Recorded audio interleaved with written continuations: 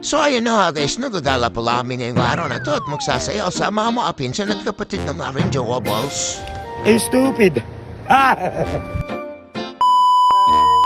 Dito pala kami sa VJam Trampoline Park at dito kami magsasaya at magtatalan-talan na para mga bata. Yan, magsusuot na pala kami ng mga medyas namin yan. Bawal kasi yung medyas na walang rapper sa ilalim. Kaya abot na muna namin yung mga tigit namin din kay Kuyang Longhair. Orientation muna tayo bago mag-umpisa bago magsimula yung mga patarantaduan namin dito. Di na makapagantay yung katabi ko habang nag-orientation kami gusto niya na tumalon.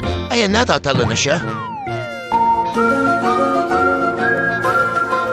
Sobrang likod talaga ng batang to. Ayan pa, nakaka-enjoy pala dito sa VJam Trampoline Park guys. Tatalan-talan muna kami dito sa may madaming foam. Mga aking baby loves. Umupo na muna kami sa village niyan. Tsaka tabang pahinga lang din kasi may mga mapuperform daw.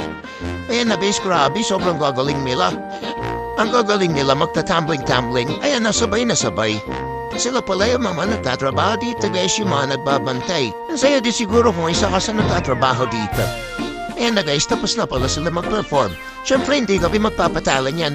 Magtatambling-tambling din kami. Magpapasikat din kami kahit hindi kami marunong. Ganun lang yan. So siyempre hindi kami dyan mismo maglalanding. Din kami mismo maglalanding sa may maraming pumayan. Kasi hindi pa namin kaya sa mismong trampoline magtatambling-tambling. Itatry din sana ni Arabi yung pagtatambling kaso ayun yun nangyari.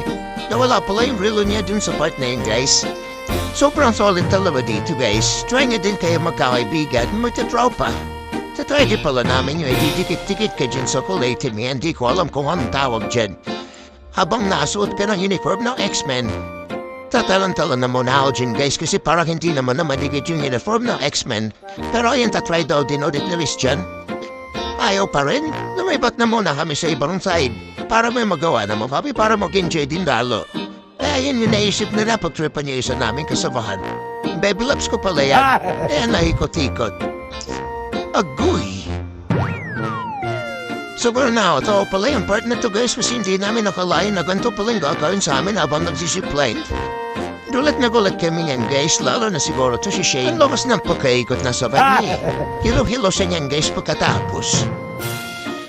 Hanggang dito na lang muna siguro guys. Daghang salamat kaninyong tanan.